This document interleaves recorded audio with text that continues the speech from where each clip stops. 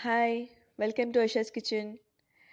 ഇന്ന് എല്ലാവർക്കും ഒരേപോലെ ഇഷ്ടപ്പെടുന്ന ഒരു കേക്ക് റെസിപ്പിയാണ് തയ്യാറാക്കാൻ പോകുന്നത്. അതായത് നമ്മുടെ നാട്ടിലൊക്കെ ബേക്കറിയിൽ നിന്ന് വാങ്ങിക്കുന്ന ഈ കേക്ക് എങ്ങനെയാണ് സിമ്പിളായിട്ട് നമുക്ക് വീട്ടിൽ തന്നെ തയ്യാറാക്കാം എന്നാണ് കാണിക്കാൻ പോകുന്നത്. ആദ്യം കേക്ക് തയ്യാറാക്കാൻ വേണ്ടിയിട്ടുള്ള ബേക്കിംഗ് പാൻ റെഡിയാക്കണം.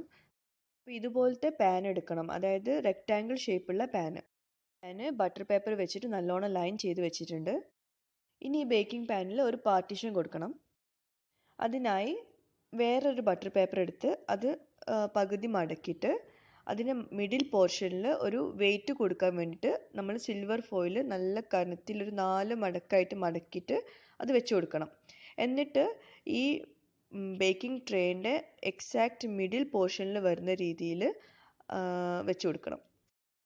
അതായത് നമ്മളിപ്പോൾ തയ്യാറാക്കുന്ന 2 കളേർഡ് കേക്കും ഒരേ ലെങ്ത്ത് കിട്ടണമെങ്കിൽ ഈ പാർട്ടീഷൻ നമുക്ക് എക്സാക്റ്റ് മിഡിൽ തന്നെ കിട്ടണം.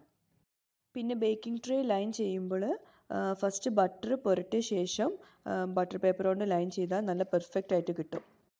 ഇനി കേക്ക് തയ്യാറാക്കാൻ വേണ്ടിയിട്ടുള്ള പൊടികളെല്ലാം ഒന്ന് അരിപ്പയിലൂടെ ഒന്ന് അരിച്ചെടുക്കണം. കേക്കിനായിട്ട് ഒരു 1.5 കപ്പ് മൈദയാണ് ഞാൻ എടുത്തിട്ടുള്ളത്. ഒരു കപ്പ് 250 ml ആണ്.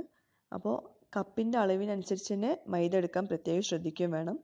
ഇനി ഇതിലേക്ക് 1 ടേബിൾ സ്പൂൺ ബേക്കിംഗ് പൗഡറാണ്, ബേക്കിംഗ് സോഡ അല്ല. ഇത് അരിപ്പയിലൂടെ അരിച്ചെടുക്കണം. ഇനിയിപ്പോൾ ഏത് തരം കേക്ക് ഉണ്ടാക്കുകയാണെങ്കിലും അരിപ്പയിലൂടെ അരിച്ച ശേഷം മാത്രമേ പൊടികൾ നമ്മൾ കേക്കിൻ്റെ ബാറ്ററിൽ യൂസ് ചെയ്യാൻ പാടുള്ളൂ. ഇനി ഈ പൊടി ഒരു സ്പൂൺ ഉപയോഗിച്ച് നല്ലോണം ഒന്ന് മിക്സ് ചെയ്ത ശേഷം മാറ്റി വയ്ക്കുക. ഇനി നമുക്ക് കേക്കിൻ്റെ ബാറ്റർ റെഡിയാക്കാം. അതിനായിട്ട് നമ്മൾ സ്റ്റാർട്ട് ചെയ്യുന്നത് മുട്ട വെച്ചിട്ടാണ്. 3 മുട്ടയാണ് എടുത്തിട്ടുള്ളത്. ഇനി ഈ മുട്ട നമുക്ക് ബൗളിലേക്ക് ചേർത്ത് കൊടുക്കാം. പിന്നെ കേക്കിൻ്റെ ഒരു ബേസിക് ടിപ്പ് ഉണ്ട്, അതായത് കോഴിമുട്ട, ബട്ടർ ഇതൊക്കെ നമ്മൾ കേക്കിലേക്ക് യൂസ് ചെയ്യുമ്പോൾ അതൊക്കെ റൂം ടെമ്പറേച്ചറിലായിരിക്കണം. അതായത് നമ്മൾ ഫ്രിഡ്ജിൽ വെച്ചിട്ടൊക്കെ യൂസ് ചെയ്യുന്നവരുണ്ടാവുമല്ലോ കോഴിമുട്ടയൊക്കെ, അവരൊക്കെ ഒരു 2 മണിക്കൂർ മുമ്പെങ്കിലും കോഴിമുട്ട പുറത്ത് വെച്ചിരിക്കണം കേക്കിലേക്ക് യൂസ് ചെയ്യുന്നതിന് മുമ്പ്. ഈ കോഴിമുട്ടയിലേക്ക് 1 കപ്പ് പഞ്ചസാര ചേർത്ത് കൊടുക്കാം. ഇനി ഇത് ബീറ്റർ ഉപയോഗിച്ച് നല്ലവണ്ണം പതപ്പിച്ചെടുക്കണം. ഇതിപ്പോൾ ഞാൻ മൊത്തത്തിൽ കാണിക്കുന്നുണ്ട്. ഇപ്പോൾ യെല്ലോയിഷ് കളറിലാണ് നമ്മളിപ്പോൾ ഈ മുട്ട പതപ്പിച്ചപ്പോൾ കാണുന്നത്. ഇനി ഇതൊരു വൈറ്റ് കളർ ആവുന്നത് വരെ പതപ്പിച്ചെടുക്കണം. ചിലരൊക്കെ ഈ ഒരു സ്റ്റേജ് എത്തുമ്പോൾ നിർത്തും. പക്ഷേ അങ്ങനെ ആയാൽ കേക്ക് ഒരിക്കലും നല്ല ഫ്ലഫി ആയി കിട്ടില്ല. ഇപ്പോൾ കണ്ടോ, യെല്ലോയിഷ് മാറി വേറൊരു ലൈറ്റ് യെല്ലോ ആയി മാറി. പിന്നെ കോഴിമുട്ട യൂസ് ചെയ്തിട്ടുള്ള എല്ലാ റെസിപ്പീസും ഇതുപോലെ ആദ്യം കോഴിമുട്ടയും പഞ്ചസാരയും നല്ലോണം ബീറ്റ് എടുത്ത് ഈ വൈറ്റ് കളർ ആവുന്നത് വരെ ചെയ്യുകയാണെങ്കിൽ നമുക്ക് അടിപൊളി കേക്ക് റെഡിയാക്കാം. ഇപ്പോൾ കോഴിമുട്ടയും പഞ്ചസാരയൊക്കെ നല്ല യോജിച്ച് വന്നിട്ടുണ്ട്.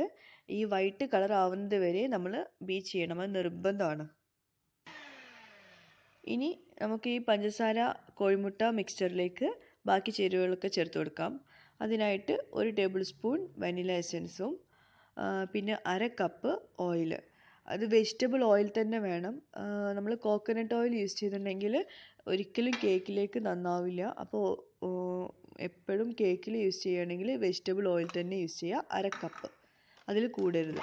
ഇത് നല്ലവണ്ണം പതപ്പിച്ചെടുക്കണം. ഇനി കേക്കിലെ വേറൊരു ബേസിക് ആയിട്ടുള്ള ടിപ്പ് പറഞ്ഞുതരാം.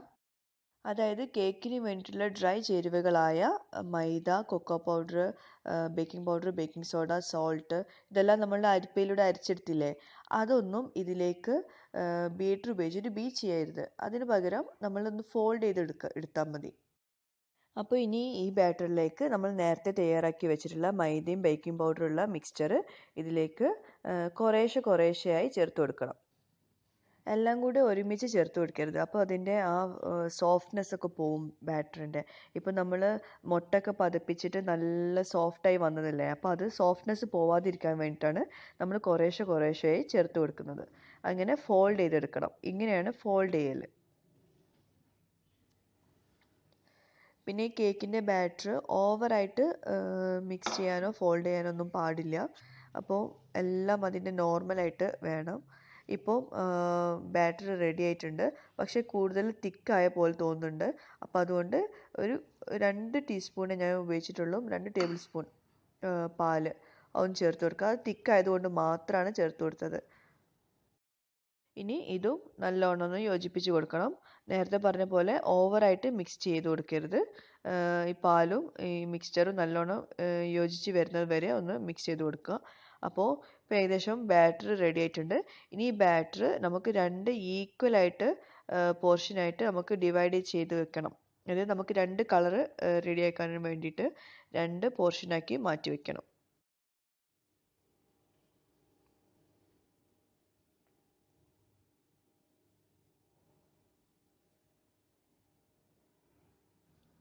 അപ്പോൾ 2 ബൗളിലേക്ക് ഒരേപോലെ ബാറ്റർ റെഡിയാക്കി വെച്ചിട്ടുണ്ട്. ഇനി ഇതിലേക്ക് നമുക്ക് കളർ ആഡ് ചെയ്ത് കൊടുക്കണം. ഞാൻ ഇവിടെ യൂസ് ചെയ്തിട്ടുള്ളത് പിസ്ത എസൻസും റോസ് മിൽക്കിൻ്റെ എസൻസും ആണ്. ഇനി ഈ എസൻസ് കിട്ടുവാണെങ്കിൽ ഈ റെസിപ്പിക്ക് ഇതാവും നല്ലത്. അതല്ലാത്ത പക്ഷം നിങ്ങൾക്ക് ഫുഡ് കളേഴ്സ് ആഡ് ചെയ്യാം. ഇഷ്ടമുള്ള ഫുഡ് കളേഴ്സ് ആഡ് ചെയ്യാം. ഇനി ഈ എസൻസ് നല്ലോണം നമുക്ക് ഒന്ന് യോജിപ്പിച്ച് കൊടുക്കാം. ഇനി ചിലർക്ക് കളേഴ്സ് ആഡ് ചെയ്യുന്നതിനുള്ള ബുദ്ധിമുട്ടുണ്ടാവും. അപ്പോൾ അങ്ങനെയുള്ളവർക്ക് ഇത് 2 ബൗളിലേക്ക് ഈ ബാറ്റർ മാറ്റിയ ശേഷം ഒരു ബൗളിലേക്ക് സെയിം അത് തന്നെ എടുക്കുക. മറ്റേ ബൗളിലേക്ക് കുറച്ച് ചോക്ലേറ്റ് സിറപ്പോ അല്ലെങ്കിൽ ന്യൂട്ടല്ലയോ എന്തെങ്കിലും മിക്സ് ചെയ്തിട്ട് അതൊരു ചോക്ലേറ്റ് ഫ്ലേവേർഡ് ആക്കി മാറ്റുക. അപ്പോഴും 2 ബാറ്ററായി മാറും. ഞാനിപ്പോൾ ഇതൊന്ന് കളർഫുൾ ആക്കാൻ വേണ്ടിയിട്ട് മാത്രമാണ് ഞാനിപ്പോൾ കളേഴ്സ് ആഡ് ചെയ്തത്. നിങ്ങൾ കുട്ടികൾക്കൊക്കെ ഉണ്ടാക്കുമ്പോൾ വീട്ടിൽ സ്ഥിരമായിട്ട് ഉണ്ടാക്കുകയാണെങ്കിൽ ഈ വാനില ഫ്ലേവേർഡും പിന്നെ വേറൊരു കളറിന് വേണ്ടി ചോക്ലേറ്റ് ഫ്ലേവേർഡ് ആയിരിക്കും ഏറ്റവും നല്ലത്. എപ്പോഴും സ്ഥിരമായിട്ട് ഉണ്ടാക്കുകയാണെങ്കിൽ കളേഴ്സൊക്കെ മാക്സിമം നമുക്ക് അവോയ്ഡ് ചെയ്യുന്നതായിരിക്കും ഏറ്റവും നല്ലത്. അങ്ങനെ ബേക്കറി സ്റ്റൈൽ സ്പോഞ്ച് കേക്ക് റെഡിയാക്കാൻ വേണ്ടിയിട്ടുള്ള കളർഫുൾ ബാറ്റർ റെഡി ആയിട്ടുണ്ട്. ഇനി ഇത് നേരത്തെ തയ്യാറാക്കി വെച്ച ബേക്കിംഗ് പാനിലേക്ക് വളരെ സൂക്ഷിച്ച് ഒഴിച്ചു കൊടുക്കാം.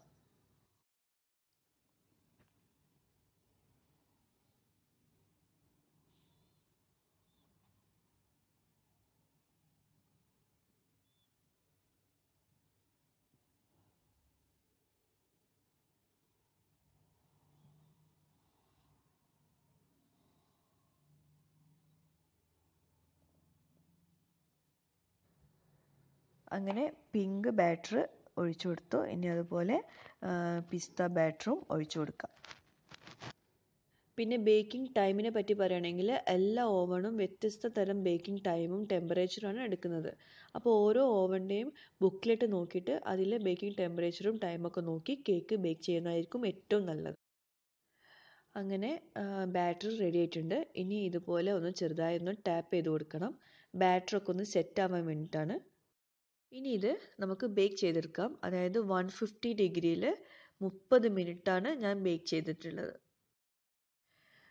അങ്ങനെ സ്പോഞ്ച് കേക്ക് റെഡി ആയിട്ടുണ്ട്.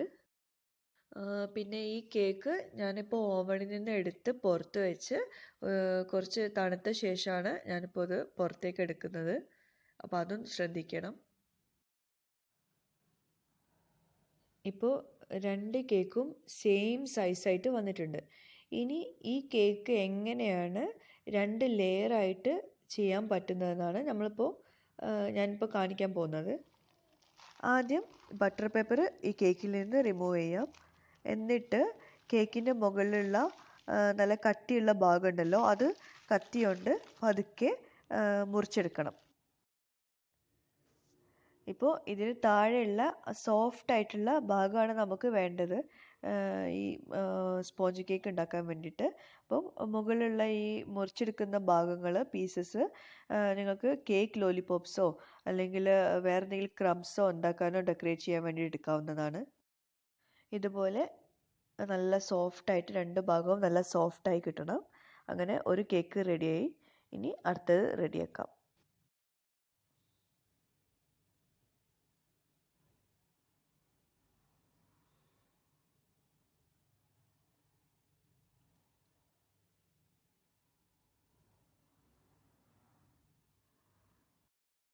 അങ്ങനെ 2 ലെയേഴ്സും റെഡി ആയിട്ടുണ്ട്.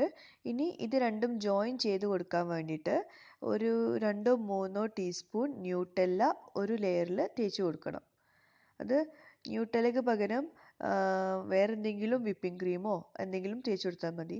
അത് ജസ്റ്റ് ഒന്ന് ഒട്ടിപ്പിടിക്കാൻ വേണ്ടിയിട്ടാണ്, ഒന്ന് ജോയിൻ കിട്ടാൻ വേണ്ടിയിട്ടാണ് ഇത് തേച്ച് കൊടുക്കുന്നത്.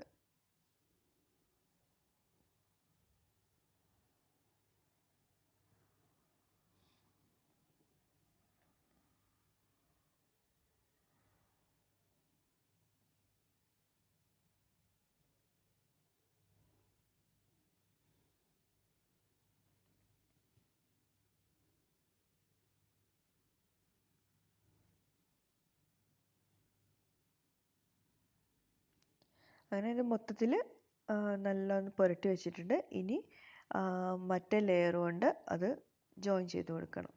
നല്ലോണം പ്രസ് ചെയ്ത് കൊടുക്കണം.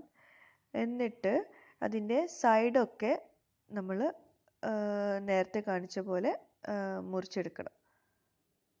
ഈ സൈഡൊക്കെ നിങ്ങൾക്ക് വേറെ എന്തെങ്കിലും റെസിപ്പിയിലേക്ക് ചേർക്കാം കേട്ടോ. അതൊന്നും ഒഴിവാക്കേണ്ട ആവശ്യമില്ല. ഒക്കെ വേറെ റെസിപ്പിയിലേക്ക് ആഡ് ചെയ്ത് കൊടുക്കാം. ഇപ്പോൾ സൈഡൊക്കെ മുറിച്ചെടുത്തിട്ടുണ്ട്. ഇനി അത് ഒരു ഫോയിലിൽ വെച്ച് നല്ല ഒന്ന് പ്രസ് ചെയ്ത് കൊടുക്കണം. ഇത് പ്രസ് ചെയ്തിട്ട് ഒരു 10 മിനിറ്റ് ഫ്രിഡ്ജിലൊന്നും വെക്കേണ്ട, പുറത്ത് തന്നെ വെച്ചാൽ മതി. പ്രസ് ചെയ്ത് കുറച്ച് നേരം പുറത്ത് വെക്കണം. എന്നാലേ നല്ലോണം ജോയിൻ ചെയ്ത് കിട്ടുള്ളൂ. അതിന് വേണ്ടിയിട്ടാണ് ഇതിങ്ങനെ ചെയ്യുന്നത്.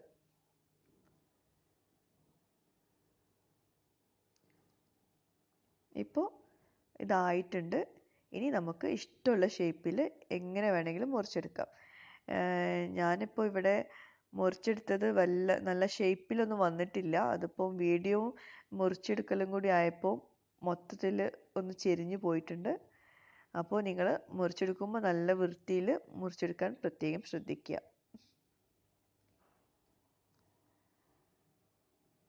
ഇപ്പം നീളമുള്ള പീസ് വേണമെങ്കിൽ നീളത്തിൽ മുറിച്ചതിന് ശേഷം വേണമെങ്കിൽ ഒന്നുകൂടെ ഒന്ന് പകുതി മുറിച്ച് കൊടുക്കാവുന്നതാണ്. ഞാൻ വീണ്ടും ഒന്ന് മുറിച്ച് കൊടുത്തിട്ടുണ്ട്. ഒന്ന് ചെക്ക് ചെയ്താൽ മനസ്സിലാവും. നീളത്തിൽ ഇഷ്ടമുള്ളവർക്ക് നീളത്തിൽ മുറിച്ചെടുത്തിട്ട് പിന്നെ ബട്ടർ പേപ്പറിൽ അത് വേണമെങ്കിൽ നമ്മൾ മറ്റേ സ്പോഞ്ച് കേക്കൊക്കെ ഉണ്ടാക്കുന്നത് പോലെ ബേക്കറി സ്റ്റൈലിലും ചെയ്ത് കൊടുക്കാം. കുട്ടികൾക്ക് നല്ല ഇഷ്ടമാവും. ബട്ടർ പേപ്പറിൽ പൊതിഞ്ഞ് കൊടുത്താൽ മതി. അങ്ങനെ ഇത് വീണ്ടും കട്ട് ചെയ്തതാണ് ഈ പീസ്. അപ്പോൾ നിങ്ങളെല്ലാവരും ട്രൈ ചെയ്ത് നോക്കണം. ഇഷ്ടമായെങ്കിൽ സബ്സ്ക്രൈബ് ചെയ്യണം. Thank you.